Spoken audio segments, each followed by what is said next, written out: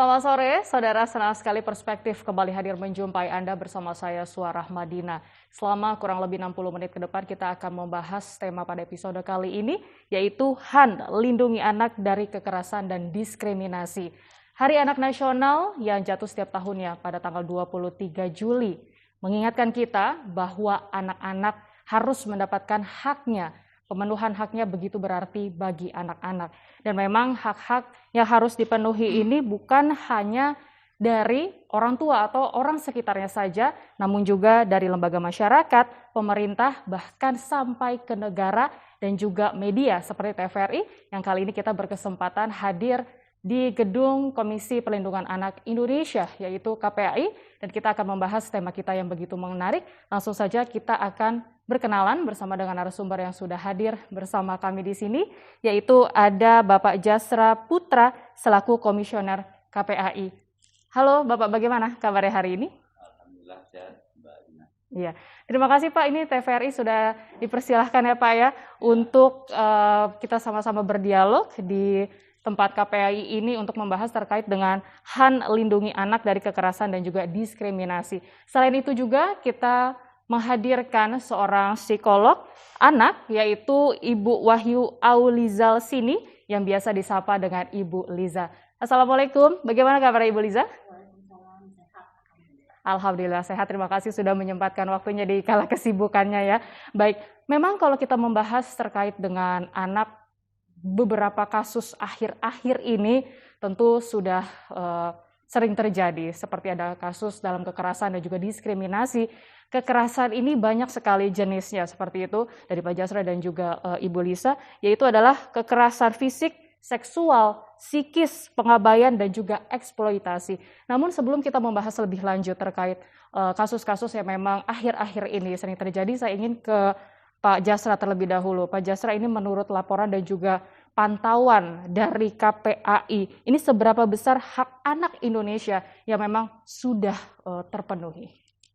Ya Mbak Dina, jadi negara sebetulnya sudah meratifikasi ya Konvensi Hak Anak, dan kita sudah menurunkan ada Undang-Undang Perlindungan Anak ya, di mana di sana disebutkan bahwa tadi Mbak Dina sebutkan bahwa negara, pemerintah daerah, orang tua, masyarakat gitu ya, bertanggung jawab terkait penyelenggaraan perlindungan anak gitu ya.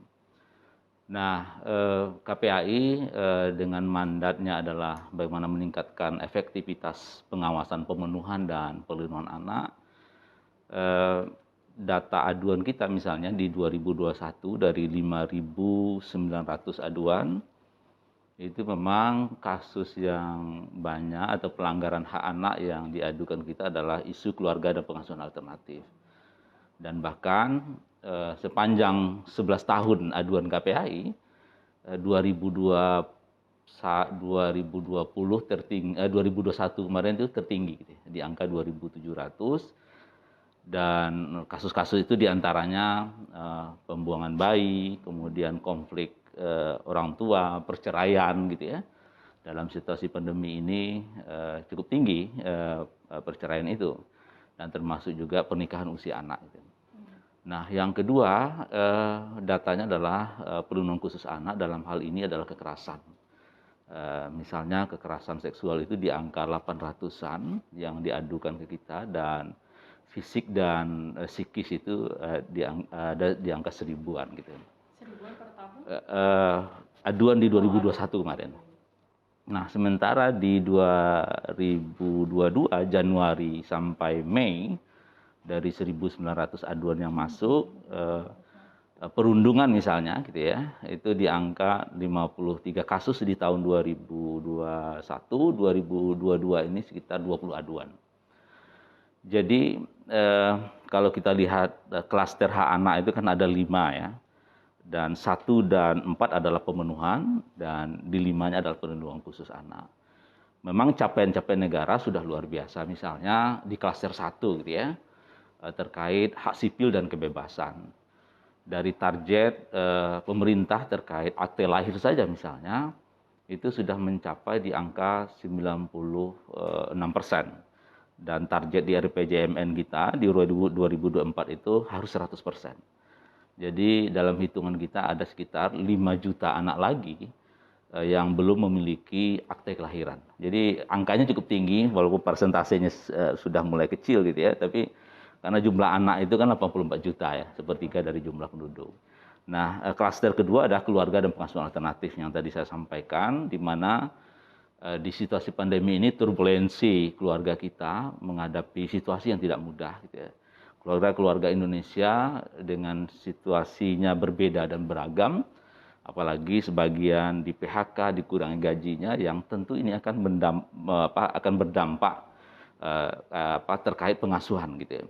Dan bahkan dalam kajian KPHI dari 14.000 orang tua yang kita tanya di tahun 2020 melalui Google Forms Indonesia, hanya 30% orang tua itu mendapatkan informasi tentang pengasuhan. Jadi datanya sangat kecil gitu. Dan ini memang isu hulu. Tapi kalau isu hulu ini bisa diselesaikan, maka pekerjaan-pekerjaan kita di katakanlah kekerasan, ya, diskriminasi dan seterusnya ini bisa kita cegah gitu ya. Nah, kemudian klaster 3 adalah terkait kesehatan dan kesejahteraan. Dan dalam situasi pandemi ini ada 800.000 anak kita terpapar COVID-19, sekitar angka 13% gitu ya. Kemudian sekitar 1.000-an yang meninggal dunia ya, hanya sekitar 1% gitu ya. Tapi di samping soal COVID, ada yang menjadi kekhawatiran kita pada hari ini adalah soal capaian imunisasi dasar anak, yang dimana beberapa daerah itu sangat rendah capaiannya di tahun 2021 dan 2022. Misalnya Sumatera Barat di angka 50% gitu, ada Sumatera Utara, ada Aceh ya, di samping juga Indonesia Timur itu misalnya Papua itu juga menjadi masalah yang terus kita advokasi gitu ya. Nah, kesehatan dan kesejahteraan anak ini tentu soal imunisasi dasar lengkap itu jika ini tidak terpenuhi secara maksimal, kita khawatir akan terjadi kondisi luar biasa atau KLB. Misalnya kemarin di DKI Jakarta gitu ya, ada penyakit-penyakit yang itu bisa berdampak kepada anak-anak kita gitu ya. Nah, oleh sebab itu pemerintah sudah menggerakkan bulan April kemarin Menteri Kesehatan agar bulan imunisasi anak nasional ini bisa didorong di seluruh Indonesia. Nah, itu di klaster 3, kemudian di klaster 4 adalah pendidikan dan waktu luang dan budaya juga mengalami turbulensi gitu ya. Di dalam pembelajaran tatap muka, sebelum pandemi kekerasan itu ada di sekolah, tapi setelah pindah ke rumah, kekerasan itu pindah ke rumah gitu. Siapa pelakunya? Adalah orang terdekat dari anak gitu ya.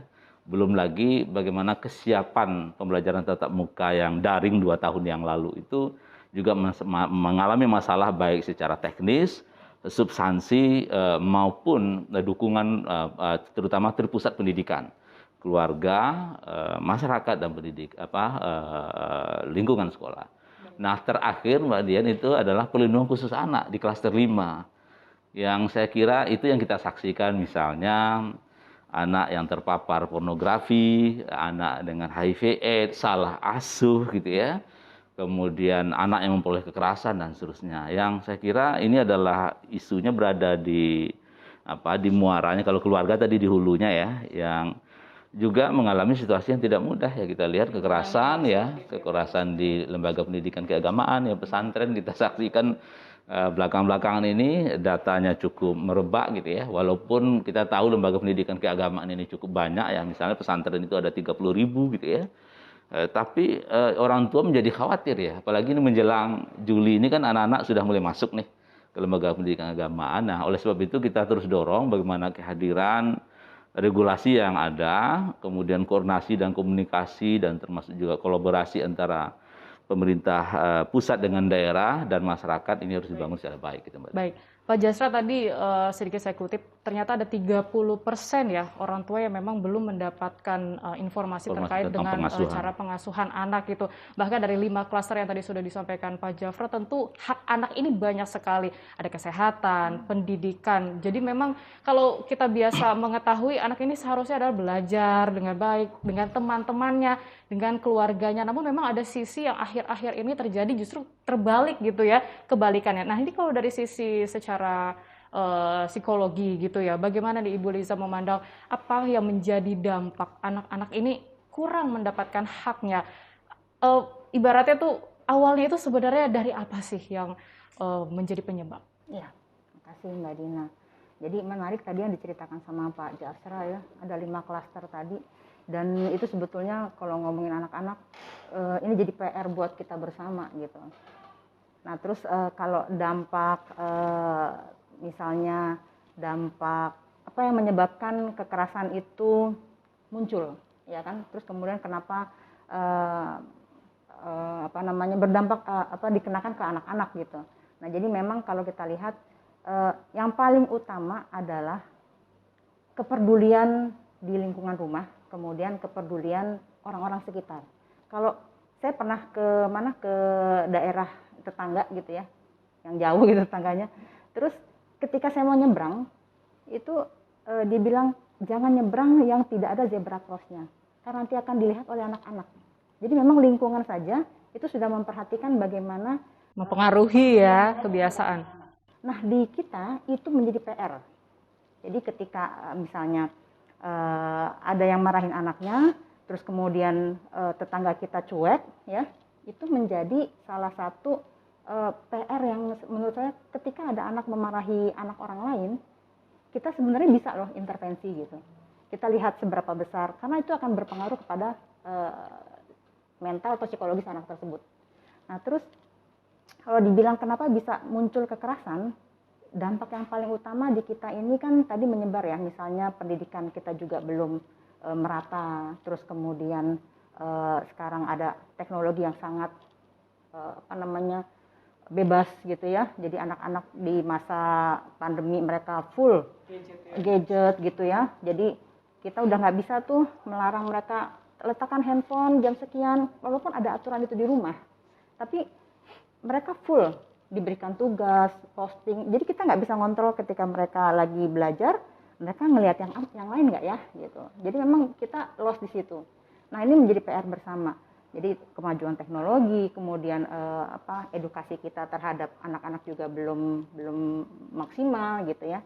Terus ditambah lagi dengan kualitas keluarga yang waktunya itu kalau pandemi memang banyak WFH gitu. Tapi ketika sebelumnya kan tadi dibilang sama Pak Jasra gitu ya, 2021 aja sebelum sebelum masa pandemi itu tinggi, di pandemi tinggi gitu, apalagi sekarang yang sekarang sudah mulai kayak kerannya dibuka gitu ya, itu pasti akan lonjakannya akan lebih besar lagi. Teknologi juga paling besar, dampak teknologi ini yang harus kita banyak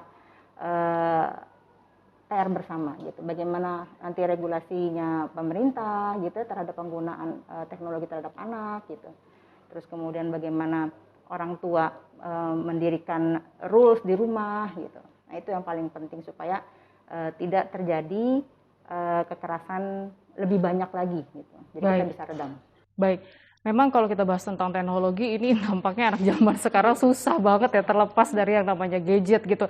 Mungkin dalam sisi masa pandemi gadget itu dibutuhkan karena untuk mereka belajar, mendapatkan ilmu dari situ. Namun ternyata kalau orang tua lengah gitu ya, kita langsung tadi seperti yang sudah disampaikan oleh Ibu Lisa, memang dampaknya begitu beda sekali kalau mereka sudah mencoba-coba hal yang baru, katakanlah seperti itu.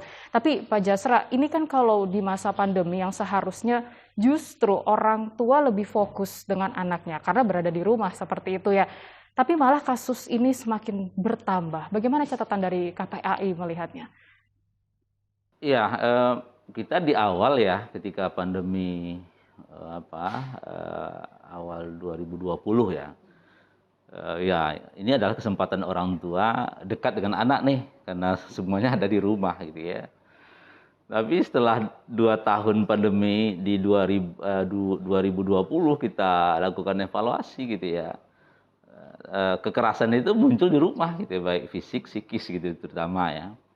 Dan dari 14.000 orang tua yang kita tanya itu, memang peran ibu sangat luar biasa gitu ya. Hampir 60% lah peran ibu, terutama pendampingan dalam pembelajaran jarak jauh gitu ya. Dan sangat kita sayangkan peran bapak sangat kecil sekali gitu ya. Padahal kita tahu bicara pengasuhan harus kedua-duanya, karena tidak ada tergantikan antara peran ibu dan bapak gitu ya. Dan setelah kita lihat ya itu 30% hanya orang tua itu mengetahui bagaimana cara mengasuh. Jadi dapat informasi saja sangat minim gitu ya. Apalagi meningkat lebih jauh soal skill ya, atau parentingnya gitu ya. Nah, nanti akan menjadi masalah. Nah, yang kedua, memang dalam situasi pandemi ini kita berharap tentu dengan ini hampir 3 tahun ya, tentu ada penguatan atau resiliensi keluarga gitu ya, dan bisa beradaptasi gitu ya. Tapi kayaknya tentu perlu didorong terus-menerus gitu ya. Tadi Mbak Liza mengatakan ya semua pihak ya harus bertanggung jawab.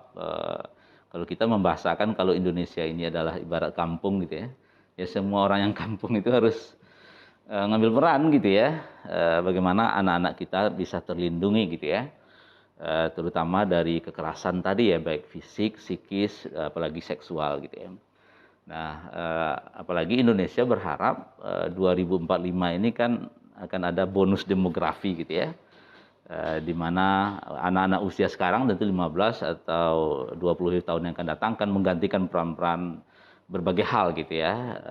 Dan kita berharap bonus demografi ini bisa membanggakan kita dengan catatannya prasyarat menuju sana harus dipenuhi, terutama bagaimana hak anak atas pendidikan, hak anak atas kesehatan, kemudian dokumen kependudukannya gitu ya, termasuk juga media komunikasi ya. Kita ada namanya forum anak ya, bagaimana dia bisa bersuara gitu ya. Apalagi menjelang hari anak ini, di mana biasanya nanti semua anak akan menyampaikan suaranya kepada Bapak Presiden gitu ya. Tahun lalu itu ada 12 suara anak yang disampaikan, dan saya kira sangat luar biasa pandangan-pandangan anak. Nah, oleh sebab itu tentu pandangan anak ini adalah bagian dari hak anak. Bagaimana cara memulainya? Ya dimulai dari lingkungan keluarga gitu ya. Misalnya bertanya hal yang sederhana. Selama ini kan keluarga hanya bertanya misalnya ketika anaknya pulang dari sekolah, "Nak, bagaimana nilaimu hari ini?" gitu ya. Nah, itu hal yang membosankan kata anak-anak gitu. Jangan nanya itu lagi gitu. Seharusnya nanya bagaimana pertemanannya dia di sekolah, bagaimana perasaan dia. Hari ini kita mau masak apa, Nak gitu ya. Nah, jadi pertanyaan-pertanyaan arah ke sana seharusnya, sehingga tumbuh kembang anak ini kan terus maju gitu ya. Terus didorong oleh keluarga, oleh lingkungan, oleh sekolah, oleh kita semua gitu ya. Sehingga dimanapun dalam situasi apapun anak-anak kita tetap terlindungi gitu, Pak. Saya nanti ingin bertanya kepada Ibu Liza, bagaimana cara anak untuk bisa speak up, berbicara, apa yang harus diawali oleh anak-anak agar mereka berani untuk berbicara? Namun usai jeda, kami akan kembali, tetaplah bersama kami di Perspektif.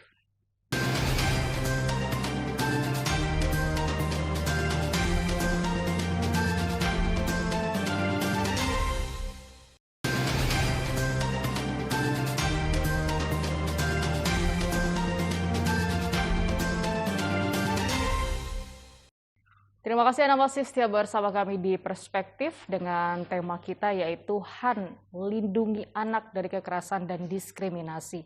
Tadi sebelumnya Komisioner KPAI Pak Jasra menyampaikan memang di momen Hari Anak Nasional nanti tentu merupakan momen anak-anak ini bisa berbicara apa yang ingin mereka sampaikan. Bukan hanya kepada orang tua mereka, tapi juga mungkin kepada negara seperti Presiden Joko Widodo nanti ada momennya. Nah, namun tidak semua anak-anak ini bisa berani untuk berbicara atau menyampaikan apa yang mereka bahagia atau sedih atau apapun itu. Bagaimana caranya Ibu Liza agar mereka bisa memulai untuk menyampaikan sesuatu? Oke, menyampaikan aspirasi. Nah, ini menarik sekali karena saya belajar teorinya ya kan. Terus kemudian saya coba aplikasi. Jadi waktu saya jadi ibu-ibu muda ya, Saya waktu belajar teori Sekarang masih muda kok Ibu. itu ada teori perkembangan bagaimana anak ini bisa misalnya di umur 1 tahun mereka harus berkata apa, terus kemudian di umur 2 tahun mereka harus bilang apa gitu. Nah, dan memang ketika mereka ingin menyampaikan misalnya, "Mah, saya ingin sesuatu," gitu ya. Terus kalau kita nggak ajarin itu, mereka kan nggak akan bisa mengungkapkan apa keinginannya gitu. Jadi memang harus kita yang dorong. Misalnya gini, ketika kita ajak mereka pergi ke sebuah tempat pertemuan, mereka akan anak-anak kecil itu akan bilang begini, kita kasih bajunya apa aja gitu ya. Tapi kalau makin besar mereka, itu mereka akan mulai, aku mau pakai baju yang ini ya. Terus ketika kita mengatakan jangan yang itu nggak matching, pakai yang ini aja.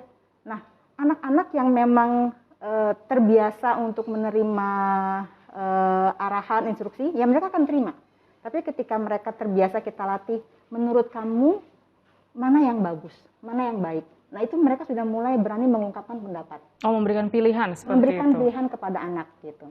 Nah, itu juga yang akhirnya ketika mereka mendapatkan perlakuan-perlakuan tidak enak dari pihak lain, mereka akan menyampaikan gitu. Mereka akan bilang bahwa aku nggak suka dibegitukan, aku nggak suka mama tegur di depan orang, aku nggak suka dimarahin di depan orang gitu. Jadi memang saya ajarkan anak-anak untuk seperti itu. Dan itu bisa dilatih. Dari anak umur 2 tahun ketika mereka mau apa, nah itu kan kita tawarkan. Misalnya datang nih bertamu ke rumah orang gitu ya. Ini ada makanan, kamu mau yang mana? Ditawarin, gak apa-apa ambil aja. Aku mau yang itu, boleh. Jadi memang kita latih dari usia dini. Jadi ketika mereka mulai mendapatkan perlakuan tidak enak dari orang lain, itu juga kita ajarkan. Contohnya misalnya setiap malam sama anak yang paling kecil, waktu mereka masih balita, saya selalu bilang sama mereka seperti ini. Dek, kalau ada orang yang misalnya bikin kamu malu, itu mereka sampaikan. Om, aku nggak suka om bilang kayak gitu. Nggak apa-apa. Jadi mereka dilatih untuk mengungkapkan pendapat. Cuma dengan tatanan dan bahasa yang memang baik ya. Kadang-kadang kan ada anak-anak yang memang tidak bisa mengungkapkan dengan bahasa yang sopan dengan orang dewasa, cenderung terkesannya kurang ajar gitu ya. Nah, ini yang perlu kita latih kepada anak-anak mereka untuk mengungkapkan isi hati, mengungkapkan pendapat. Kalau mereka lagi sedih, mereka lagi marah, mereka diam, itu kita bisa encourage, kita bisa cari lebih jauh. Kenapa kamu diam? Misalnya, oh gak apa-apa, aku lagi sedih aja. Oh sedih kenapa? Diajak ngobrol, diajak ngomong supaya mereka mengungkapkan perasaannya, tidak diam. Begitu. Baik, karena dilatih memang banget. semua harus dilatih dari kecil. Betul. Masih ada kesempatan gitu ya apabila memiliki anak kecil. Dan memang Pak Jasra ini juga tadi disampaikan tidak mudah juga ya, butuh proses juga untuk anak bisa menyampaikan suatu aspirasinya seperti itu. Namun memang beberapa kasus ini muncul dari kekerasan ataupun diskriminasi kepada anak karena mereka berani bicara begitu. Akhirnya ketahuanlah seperti itu, kasusnya terlihat, akhirnya juga diselidiki seperti apa. Nah, sebenarnya Pak Jasra, apa sih yang menjadi motif para pelaku ini juga nih dari catatan KPAI sendiri? Ya, memang data kekerasan itu memang nomor 2 ya setelah isu keluarga dan fase alternatif tadi ya. Dan kalau kita lihat memang pelakunya rata-rata orang terdekat dari anak gitu ya. Jarang sekali gitu ya, yang pelakunya itu baru dikenal atau pas peristiwa gitu ya. Makanya ada orang tua, tetangga gitu ya. Atau mungkin kalau di media sosial pertemanan dia, walaupun ada juga misalnya pertemanan itu yang predator seksual anak itu kan juga mempelajari profil keluarga gitu ya, dan pura-pura dekat dengan keluarga dan seterusnya. Dan faktornya memang banyak ya, baik pemicu atau pendorongnya gitu ya. beberapa kasus itu misalnya diiming-imingi gitu ya. Kemudian ada misalnya kasus terbaru gitu ya, yang di Jombang ya, salah satu pesantren gitu, itu kan dikelabui dengan model seolah-olah menjadi tabib dan seterusnya gitu ya. Tapi memang rata-rata adalah hasil dari iming-imingan, terus juga mendukung sesuatu, seperti itu. Iya, dan ada juga memang diancam, diancam juga ada gitu ya. Nah, sebetulnya modus dan modelnya ini terus berkembang ya, apalagi di media sosial gitu ya. Itu misalnya terakhir temuan dari Polda DIY gitu ya, ada 90.000 gambar dan video yang sedang diselidiki sekarang, dan itu rata-rata usia anak 10 tahun ke atas gitu ya. Melalui diambil gambar video itu melalui call chat sex gitu ya. Dan itu nggak tahu apakah ini dijual ke industri pornografi ya, karena di luar sana itu kan legal ya industri pornografi ini, tapi di Indonesia itu tidak dibolehkan gitu ya. Nah, ini memang tantangan yang saya kira sangat luar biasa ya anak-anak kita menjelang Hari Anak Nasional ini, di mana anak-anak kita digempur di udara melalui internet tadi gitu ya. Kemudian di lingkungannya juga seperti itu gitu ya. Dan ini adalah fenomena gunung es ya. Presiden juga menyatakan itu gitu ya. Kemudian semua para ahli juga menyampaikan seperti itu. Yang terlaporkan itu hanya sedikit gitu ya. Karena tadi pelakunya orang-orang terdekat gitu ya. Relasi kuasa yang tidak berimbang gitu ya, itu menjadikan anak-anak itu tidak bisa ngapa-ngapain. Dan bahkan kasus Jombang itu kalau kita lihat setelah menjadi alumni baru bisa speak up gitu ya. 2017 kejadiannya dilaporkan tapi tidak ada pelakunya tidak mendatangi panggilan, kemudian 2019 dilaporkan lagi, kemudian kemarin baru ditangkap kan, dan itu sangat miris kita melihatnya. Kenapa Di mana gitu ya, ratusan orang, tahun-tahun kan, ratusan orang menentang aparat polisi untuk melindungi pelaku ini gitu. Dan ini tentu akan merusak citra lembaga pendidikan keagamaan gitu ya. Maka kita sekarang sedang mendorong, sedang harmonisasi ini tentang peraturan Menteri Agama, pencegahan dan penanganan kekerasan seksual di lembaga pendidikan keagamaan. Jadi semuanya, karena bukan Islam saja gitu, Kristen juga punya, kemudian Hindu dan seterusnya, Bordik dan seterusnya. Kita berharap PMA ini jelang anak-anak masuk ini sudah disosialisasikan. Di PMA ini ada di sana pusat pelaporan gitu ya. Pusat pelaporan harus dilatih. Pusat pelaporan ini harus aman dan nyaman anaknya gitu ya. Kemudian upaya-upaya pencegahan lainnya gitu ya. Kalau sekolah di bawah Kemendikbud sudah ada Permendikbud sebetulnya 82 tahun 2015 ya tentang pencegahan penanganan kekerasan di satuan pendidikan gitu. Walaupun Permendikbud ini juga sedang direvisi karena kita melihat implementasinya di tingkat daerah belum terlalu masif gitu ya. Sehingga ya kita saksikan perundungan-perundungan anak, baik pelaku antar anak, pelaku guru gitu ya. Yang tentu ini akan tentu negara, kalau negara mengabaikan, negara tentu kehilangan generasinya gitu ya. Generasi emasnya itu akan hilang gitu ya. Mereka tumbuh tapi ya tidak setumbuh yang tumbuh kembang yang kita harapkan gitu. Baik, saya juga ingin bertanya upaya dari KPAI agar perlindungan kepada para korban ya, khususnya ini selalu dapat pendampingan, apa yang dilakukan KPAI? Jadi dalam pengawasan kita itu kita pakai sistem building approach. Jadi kita lihat regulasinya, kita lihat programnya, kita lihat aparaturnya, apakah ada dukungan birokrasi, kemudian kita lihat juga layanan kasusnya, apakah layanan kasus ini tersedia nggak pusat aduan yang bisa diakses gitu ya. Apalagi misalnya korbannya adalah anak disabilitas gitu ya. Nah, bagaimana anak disabilitas juga bisa mengakses pusat-pusat layanan termasuk juga bahasa isyarat dan seterusnya gitu ya. Jadi ini kita evaluasi dan kebetulan kita juga punya namanya sistem monitoring evaluasi pelaporan KPAI yang dimana SIMAP ini diisi oleh kementerian lembaga, pemerintah daerah kabupaten kota, Kemudian nanti di tanggal 21 ini akan kita umumkan gitu ya, mana daerah dan kementerian lembaga yang memiliki komitmen besar ya terkait perlindungan anak, dan termasuk juga kita berikan penghargaan kepada kepada masyarakat gitu ya yang memiliki komitmen kuat yang berdampak kepada perlindungan anak. Nah, upaya-upaya pengawasan ini terus kita lakukan ya, termasuk tadi sedang berlangsung pengawasan terkait penerimaan peserta didik baru gitu ya, kemudian pembelajaran tatap muka. Nanti hari Selasa depan kita akan sampaikan hasil pengawasan kita terkait hak kesehatan dasar anak gitu, terkait capaian imunisasi, kesehatan ibu dan anak ya. Dan banyak hal. Maka dalam pemenuhan dan perlindungan anak ini tidak bisa KPAI sendirian. Dia kementerian lembaga, lintas ya, kemudian lintas dinas di kabupaten kota, lintas profesi ya, kayak Mbak Liza salah satu profesi psikolog yang saya kira ini Kemendikbud sudah dengan DPR sudah mensahkan undang-undang pendidikan dan layanan psikologi ya Mbak ya. Yang saya kira ini penting.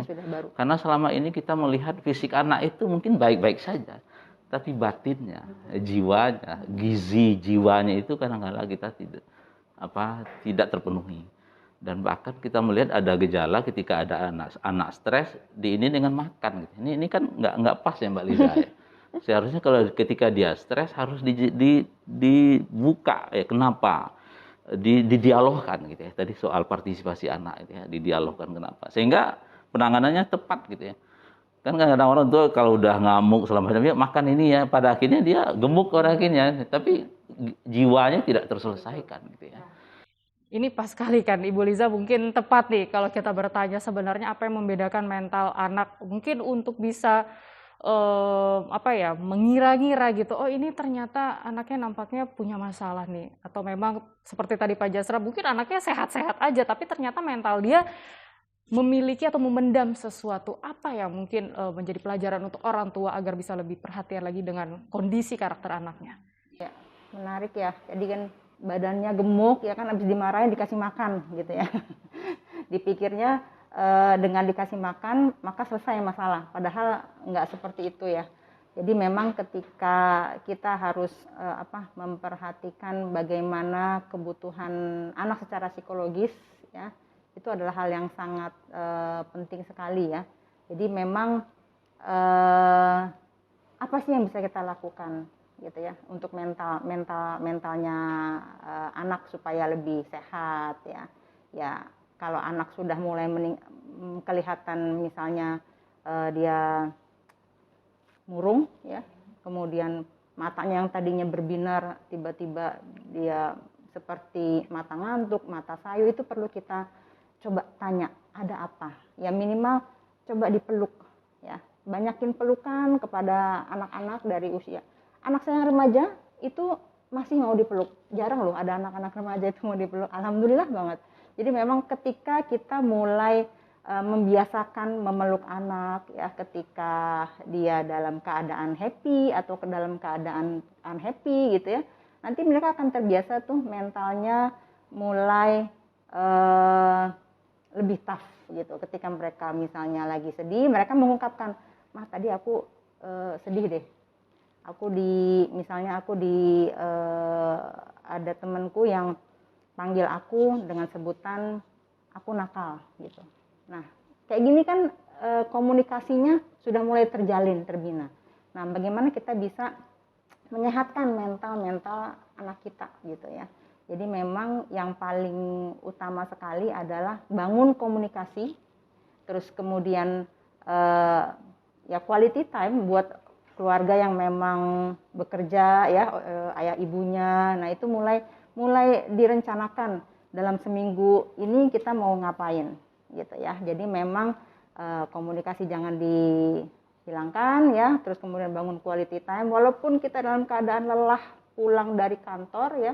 Perhatikan bahwa memang anak-anak ini kalau kita tidak perhatikan secara psikisnya, psikologisnya, maka ya say goodbye gitu. Mereka akan makin lama makin menjauh. Ketika mereka punya masalah, mereka diintimidasi oleh orang lain, ya mereka lari kepada hal-hal yang tidak seharusnya. Makanya kenapa sekarang kesehatan mental itu sangat dengung-dengungkan ya Pak Jasra ya. Apalagi sekarang sudah sangat booming lah psikolog-psikolog mulai melakukan edukasi, kemudian bagaimana mereka bisa mengajak orang tua untuk lebih dekat kepada anak-anaknya, seperti itu. Oke, Pak Jasra, ini apa sih yang sebenarnya tanggapan dari Pak Jasra ya, memang akhir-akhir ini dari beberapa kasus kekerasan itu muncul dominannya adalah di anak pelajar gitu ya Pak ya, maksudnya tanggapan Bapak gitu, apa yang sebenarnya menjadi permasalahan intinya, kenapa itu anak-anak yang seharusnya mereka sekolah, ataukah perlu untuk kurikulum di sekolah ini ditambahkan agar mereka bisa lebih mendapatkan edukasi lagi terkait hal itu, kekerasan mungkin atau hal lain? Ya, jadi pelaku antar anak ya belakangan ini kan cukup banyak ya, terutama perundungan gitu ya. Misalnya kasus Bogor itu di sekitaran Kebun Raya itu antar anak gitu ya. Kemudian sebelumnya itu ada di Indonesia Timur gitu ya, perundungan di salah satu sekolah negeri di mana anaknya sampai meninggal gitu ya. Jadi kekerasan fisik dan psikis antar pelajar ini terutama bully ya, ini kan datanya masih tinggi ya di lingkungan pendidikan misalnya. Itu cukup tinggi dalam beberapa data, yang pelaku guru mungkin sekitar 10%-an, tapi pelaku anak itu masih di angka 50%-an gitu ya. Maka Mas Menteri Nadiem menyatakan ada 3 dosa pendidikan gitu ya. Ada perundungan, seksual, dan intoleransi gitu ya. Nah, saya kira kalau kita lihat apa penyebabnya, memang usia remaja itu memang usia mencari jati dirinya gitu ya, ingin eksis gitu ya. Kalau kita lihat anak Sudirman SCBD ya, dia ingin mencari ruang kreativitas gitu ya, yang selama pandemi ini dikurung 2 tahun. Sekarang pemerintah gitu ya, mulai membuka gitu, pembelajaran tatap muka juga sudah 100% gitu ya. Nah, kalau kesehatan mental apa yang disampaikan oleh Mbak Liza tadi itu tidak dilihat lebih jauh, tidak dilakukan asesmen dan pendampingan, itu kita akan melihat letupan-letupan kekerasan antar mereka gitu ya. Dan ini ya kalau kita lihat bully itu kan seperti penyakit gitu ya. Kalau ini tidak di stop, dia bisa menular kemana-mana. Walaupun kita tahu di dalam kelas itu biangnya nggak terlalu banyak, mungkin ada 1 atau 2 orang. Tapi ya kita harus selaku guru harus menyelesaikan itu, jangan dibiarkan, jangan menganggap kekerasan ini adalah hal yang biasa gitu ya. Nah, jadi apalagi anak-anak remaja ya yang tadi masih galau dan seterusnya ya, dengan di mana orang tua tidak hadir secara hangat mendampingi gitu ya. Kemudian lalu dia curhat pada temannya. Kalau temannya ini mungkin bisa mendampingi secara baik, mungkin bisa terselamatkan. Tapi kalau temannya ini juga mengarah kepada perbuatan negatif, ya tentu dia menjadi korban gitu ya. Nah itu. Nah, kemudian yang selanjutnya sekarang kita sedang berperang dengan pornografi gitu ya, konten-konten terorisme dan seterusnya. Jadi anak-anak kita itu sudah terbiasa melihat kekerasan gitu ya. Dan penyelesaian sesuatu yang dia gelisahkan, yang dia pikirkan itu pada akhirnya dia melakukan kekerasan juga gitu ya. Nah, jadi ini stop terhadap bully itu, termasuk juga kekerasan. Gitu. Stop bullying, baik. Pak Jasra dan juga Ibu Liza, nanti akan kita lanjutkan kembali. Kita masih akan membahas terkait dengan HAN, lindungi anak-anak dari kekerasan dan juga diskriminasi usai jeda. Tetaplah bersama kami.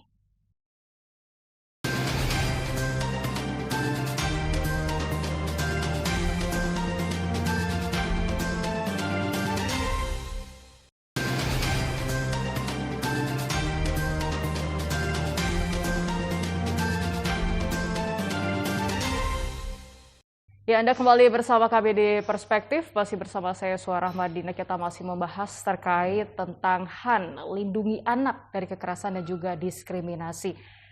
Komisioner KPAI, Pak Jasra Putra, apakah ada program-program nih yang memang dilakukan mungkin atau upaya yang ingin digencarkan gitu selanjutnya agar bisa meminimalisir adanya kekerasan khususnya pada anak, karena memang kekerasan ini sebenarnya terjadinya bukan hanya anak saja ya Pak ya, tapi juga ada beberapa lini mungkin yang dewasa juga seperti itu, dan memang butuh proses juga untuk kedepannya. Seperti apa yang dilakukan?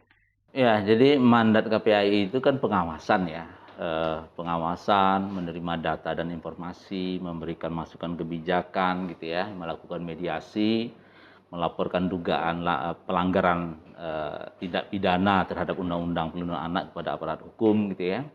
Kemudian kita juga melakukan bermitra dengan lembaga perlindungan anak yang dibentuk oleh masyarakat gitu ya. Nah, jadi program pengawasan ini kita bagi pada dua hal, ada subkomisi pemenuhan hak anak, kebetulan saya di sana, yang dimana itu ada klaster 1 tentang hak sipil dan kebebasan, klaster keluarga dan pengasuhan alternatif, klaster kesehatan dan kesejahteraan, klaster pendidikan, waktu luang dan budaya. Nah, sementara subkomisi lainnya adalah ada perlindungan khusus anak gitu ya, yang dimana ada beberapa teman-teman komisioner di situ. Nah, dua subkomisi ini fungsinya adalah pengawasan gitu ya. Pengawasan kepada siapa? Kepada komponen sistem penyelenggara tadi gitu ya. Ada pemerintah daerah gitu ya, ada masyarakat gitu ya, kemudian orang tua gitu ya. Nah, kita ini melihat bagaimana sistem perlindungan anak ini bisa menjadi kuat gitu ya. Capaian-capaian dilakukan oleh pemerintah sudah sangat luar biasa gitu ya. Nah, tadi soal kekerasan gitu ya, misalnya gitu ya, itu berarti berada di klaster perlindungan khusus anak itu. Kalau saya membahasakan klaster ini masih dalam situasi kondisi yatim gitu ya. Belum banyak yang menjadi perhatian. Memang ada dari sisi regulasi sangat luar biasa ya. Terakhir ada peraturan pemerintah 78 tahun 2021 ya tentang perlindungan khusus anak gitu ya. Kemudian yang terbaru ada undang-undang TPKS gitu ya. Nah, tapi ini tantangan berikutnya adalah bagaimana regulasi ini bisa diimplementasikan secara efektif gitu ya. Kita rajin sekali membuat regulasi, undang-undang, peraturan, tapi efektivitasnya di tingkat grassroots, di tingkat masyarakat masih banyak tantangan kita gitu. Misalnya hal yang sederhana gitu. Untuk mencegah kekerasan perlunya pemahaman orang tua secara baik. Salah satu program dilakukan oleh pemerintah adalah parenting misalnya. Parenting kita itu sangat luar biasa, dilakukan oleh Kemendikbud, Kemenkes, BKKBN dan seterusnya gitu ya. Tapi terkait efektivitas bagaimana knowledge dan skillnya parenting itu bisa dipraktekkan pada keluarga-keluarga prasejahtera ini, itu sangat minim sekali gitu ya. Apakah modul yang salah? Saya kira modulnya sangat canggih sekali gitu ya. Tapi setelah kita evaluasi, kita awasi, ternyata adalah knowledge dan skillnya parenting itu baru sampai kepada tingkat kader ya. Ada kader PKK, kader Posyandu gitu ya. Apakah ada alasan mereka juga Pak? Ya, ini juga apa aja. Jadi praktek ke keluarga yang prasejahtera ini yang penting gitu ya. Jadi belum terlalu masif gitu ya, apalagi dalam situasi pandemi ini terkonfirmasi dengan data KPAI tadi hanya 30% mereka mengetahui tentang pengasuhan gitu ya. Berarti program ini kan bagaimana ya? Apakah terbatas atau apa? Nah, ini catatan kita gitu. Nah, kemudian yang kedua, apa yang dilakukan oleh KPAI? Maka dalam pengawasan, setiap pengawasan terus kita ingatkan bagaimana regulasi ini bisa hadir di anak-anak kita yang 84 juta itu, tidak boleh ada diskriminasi ya karena dia jauh di Papua sana, karena anggaran terbatas, karena SDM terbatas, maka negara tidak bisa melakukan apa-apa gitu ya. Apalagi misalnya dalam situasi pandemi ini beberapa anggaran perlindungan anak ini kan terjadi refocusing ya. Sehingga kementerian lembaga akhirnya tidak bisa melakukan terlalu maksimal ya terkait perlindungan anak. Nah, karena COVID ini sudah mulai melandai ya tentu KPAI merekomendasikan ini kembali lagi kita memperhatikan perlindungan anak. Ini adalah generasi kita, ini adalah masa depan kita. Ya, mereka inilah yang akan melanjutkan ya peradaban bangsa ini gitu ya. Tapi kalau di awal prasyarat itu tidak kita penuhi gitu ya, pendidikannya terbatas, memperoleh kekerasan gitu ya, kesehatannya bermasalah gitu ya, kemudian keluarga berada dalam keluarga yang tidak utuh gitu ya, tentu bonus demografi atau generasi unggul yang kita harapkan itu tentu akan menjadi tantangan kita yang tidak mudah. Apalagi misalnya belum soal racun rokok gitu ya, di mana anak-anak kita terpapar gitu ya di mana-mana gitu ya. Dan ini dapat mengganggu tumbuh kembang mereka, terutama kesehatannya. Gitu. Baik. Nah, memang Ibu Liza, tentu hadirnya anak, tentu ada peran orang tua gitu yang memang harus ada mendampingi anak-anak ini dimanapun mereka ada gitu ya. Namun tentu juga ada orang-orang di lingkungan sekitar yang turut andil gitu ya melakukan pendampingan. Nah, tapi ada hal yang menarik yang ini saya tanyakan juga nih terkait dengan kekerasan. Apakah sebenarnya mereka mendapatkan suatu kekerasan itu juga karena background orang tua mereka memperlakukan mereka juga kala masih kecil gitu juga mendapatkan perlakuan kekerasan, atau seperti apa? Ya, jadi memang kenapa anak bisa melakukan kekerasan kembali ya, itu salah satunya betul sekali yang Mbak Dina sampaikan tadi. Bisa jadi karena memang didikan dari orang tua juga melakukan kekerasan terhadap anak. Karena itu circle, Mbak. Circle. Persis seperti misalnya kekerasan dalam rumah tangga. Itu kalau kita nggak potong, kalau kita nggak gunting circle itu, dia akan berulang gitu. Nah, saya pernah punya menangani kasus ya. Jadi memang dari satu keluarga ini, katakanlah ada 3 orang anak gitu. Kemudian ayahnya memang punya latar belakang didikan yang memang cukup keras dari orang tuanya gitu. Jadi sekolahnya itu bisa 3 gitu. Pagi itu dia madrasah, siang sekolah apa, malam apa gitu ya. Nah, ketika anaknya si bapak ini kemudian menikah, punya keluarga, dia pasti akan ingin mendidik anaknya seperti didikan dia sebelumnya. Begitu juga anaknya yang tadinya tumbuh kecil ini kan tumbuh besar.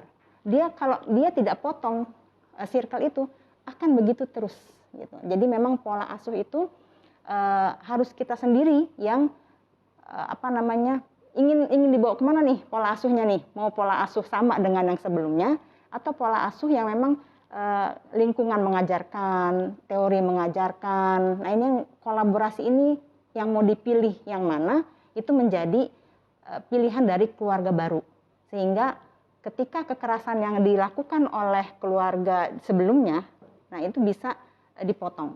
Jadi memang betul sekali seorang anak yang tadinya dididik kasar, ya, terus dididik untuk keras, dia akan mengulangi lagi kepada anak yang berikutnya, mengulangi kembali kepada keluarga dia yang akan datang gitu ya, kecuali misalnya dia memahami parenting, kemudian dia belajar bahwa sesungguhnya mengajar itu tidak harus sama seperti pola yang dulu loh gitu. Padahal banyak sekali ya kadang-kadang orang dulu nih bilang, kamu saya didik seperti ini jadi kok gitu. Saya didik keras loh dulu kamu, saya pukul kamu ketika kamu tidak mau mengerjakan yang memang menjadi aturan rumah. Nah, tapi ketika si keluarga baru ini, anak ini yang tadi dia sudah tumbuh besar, dia menerima informasi tentang parenting, bagaimana menjadi orang tua itu tidak harus dengan kasar, memukul dan lain sebagainya, itu menjadi pilihan anak yang tadi klien saya ini gitu. Akhirnya dia bisa potong kok circle kekerasan itu, dan dia bisa memperlakukan anaknya untuk tidak ketika anaknya menjatuhkan barang dia nggak cubit gitu. Padahal dulu dia waktu menjatuhkan barang dicubit sama orang tuanya gitu. Tapi dia bisa potong itu. Karena zamannya juga sudah berbeda. Zamannya sudah gitu berbeda, ya. betul. Jadi Baik. memang circle itu yang harus dipotong ya, supaya pelaku atau perilaku yang di masa lalu kekerasan itu tidak terulang kembali. Baik. Pak Jasra, ini tentu ada hal-hal seperti kasus makin bertambah, mudah-mudahan penegak hukum juga semakin aware gitu ya. Tapi evaluasi apa yang setiap tahun atau mungkin setiap bulan yang dilakukan oleh KPAI agar kasus ini yang memang belum ketahuan gitu ya, itu segera ditelusuri atau mungkin tidak ada lagi kasus untuk selanjutnya? Ya, kalau selama ini kasus-kasus ini kan karena pelakunya orang terdekat, itu speak up-nya kadang-kadang terlambat dan bahkan anaknya berada dalam situasi ancaman gitu ya. Jadi memang evaluasi kita pertama sebelum undang-undang TPKS ya, itu memang kita ini lebih banyak pada pemadam kebakaran gitu ya. Jadi ketika ada kasus kita berteriak, kenapa ini bisa terjadi dan seterusnya gitu ya. Padahal kalau kita lihat kronologis kasus itu mungkin saja itu terjadi sudah cukup lama gitu ya. Tapi karena berada di dalam rumah katakan seperti itu, kemudian rumah juga menutup diri gitu ya, dan pada akhirnya kasus ini terbongkar ketika memang kadangkala anaknya sudah meninggal gitu ya. Kemudian ada keluarga yang berani melapor dan seterusnya. Jadi memang kita kan punya kebijakan kabupaten kota layak anak ya. Tentu kita berharap ada RT RW yang memiliki petugas khusus ya untuk mengidentifikasi agar ketika ada kasus ini dia harus melapor kemana gitu ya. Kemudian pendampingan apa yang harus dilakukan gitu ya. Kemudian baik itu pendampingan hukum termasuk juga pendampingan pada korban. Selama ini memang dari sisi penegakan hukum beberapa kasus itu kita lihat kan sudah cukup maksimal ya. Misalnya kasus HW di Bandung itu kan hukumannya sangat maksimal sekali gitu ya. Tapi dari aspek korban itu kadangkala kita masih melihat ini harus dicermati lebih jauh gitu ya. Kadangkala rehabilitasinya tidak tuntas gitu ya. Kita 2018 misalnya dari 23 lembaga layanan yang dimiliki oleh pemerintah daerah terkait rehab, itu hampir 60% rehabilitasi itu nggak tuntas gitu ya. Hal indikator sederhana saja kita tanya waktu itu, apakah ketuntasan itu ada nggak profesi yang menyatakan gitu. Misalnya dari medis ada dokter gitu ya, dari psikolog ada psikolog yang terdaftar apa bahasa itu Mbak Liza gitu ya. Itu pemerintah daerah nggak bisa menghadirkan itu. Gitu. Apa yang menjadi penyebab? Apa Iya, kurangnya iya mungkin? klasik lah ya, alasan klasik ya soal anggaran gitu ya, soal SDM yang terbatas, infrastruktur. Ya. Makanya kan di awal saya sampaikan klaster 5 ini kita melihat dia posisinya masih yatim ya, butuh perhatian gitu ya, butuh dukungan gitu ya, dan kita berharap dengan Undang-Undang Otonomi Daerah peran pusat dan daerah ini kan harus terlihat gitu ya, harus ada tanggung jawab pengawasan, penyelesaian gitu ya. Di samping menangani dari aspek hukum bagi pelaku bisa dilakukan hukuman maksimal gitu ya bagi pelaku dewasa terutama gitu ya. Tapi juga korban harus kita perhatikan karena dia mengalami trauma sepanjang hidupnya gitu ya. Dan masing-masing anak itu kan berbeda untuk cara bangkitnya kan berbeda gitu ya. Dan itu butuh dukungan keluarga gitu, dukungan kita semua gitu ya. Jadi jangan sampai pelaku katakanlah dihukum 20 tahun ya. Berarti kan dia negara mau merehab selama 20 tahun itu sangat luar biasa gitu. Kasih makan di sana gitu, ada kunjungan dan seterusnya. Tapi korban cuma 6 bulan gitu. Setelah itu ya selesai dikembalikan pada keluarga. Masalahnya berubah atau tidak pelakunya Iya. itu juga yang harus Ya yang korban tadi ya, kalau korban itu keluarganya mungkin bisa mendampingi, kemudian situasi keluarga yang katakanlah cukup baik, ya mungkin bisa melanjutkan rehabilitasinya. Tapi kalau kita lihat kasus-kasus kekerasan terhadap anak ini memang keluarga-keluarga yang prasejahtera gitu ya. Nah, maka ini harus kita berharap regulasi yang ada ini harus progresif, gitu ya, harus melihat korban juga, gitu ya, baik dari aspek penanganan hukumnya, termasuk juga rehabilitasi bagi korban. Gitu. Baik, Ibu Liza, ini tentu yang paling penting adalah selain para korban tentu harus mendapatkan perhatian khusus.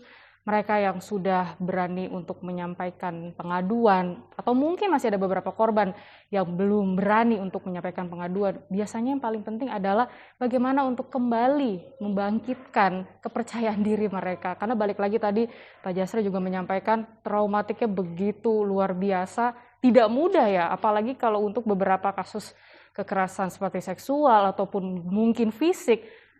Bagaimana cara mereka untuk bisa tetap tough, berjuang lagi? Ayo, hidup masih panjang kok untuk ke depan. Jadi memang cara seseorang untuk bisa dia tough ya, kuat, menghadapi masalah, menghadapi kasus yang datang kepada dirinya itu berbeda-beda. Ada yang bisa 3 bulan selesai, ada yang 6 bulan, bahkan ada yang tahunan gitu. Jadi memang kadang tadi Pak Jasra bilang pelaku saja sudah disiapkan 20 tahun, bagaimana dengan korban gitu. Jadi ketika waktu mereka menjadi korban itu mereka dibawa Pak ke mana, kalau mereka mengadu ya, mereka mengadu menjadi laporan, kemudian pelaku dikenakan hukuman, korban ini akan dilakukan rehabilitasi, akan dilakukan trauma healing dan lain sebagainya gitu.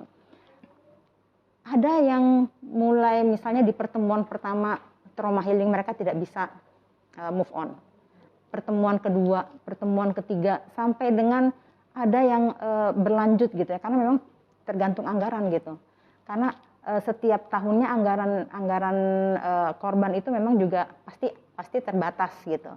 Jadi ketika saya pernah bertugas di salah satu lembaga perlindungan korban, saya paling lama itu untuk menangani trauma healing pernah sampai 6 bulan berturut-turut gitu, 6 bulan berturut-turut. Dan alhamdulillahnya kadang-kadang ada yang 3 bulan saja mereka kita lihat kondisi kepribadiannya, misalnya dia, tadinya dia ekstrovert, kemudian tiba-tiba setelah kena kasus dia jadi introvert gitu ya. Nah kita dari psikolog-psikolog yang memang bisa melakukan asesmen di awal, kita sudah mulai mapping tuh, untuk orang yang seperti ini, maka kita akan melakukan terapi apa, di bulan keberapa, di hari keberapa, di bulan keberapa gitu ya, di pertemuan keberapa, sehingga kita bisa memprediksi kira-kira dengan tipe kepribadian A misalnya, dia akan bisa move on kembali selama 3 bulan ke depan.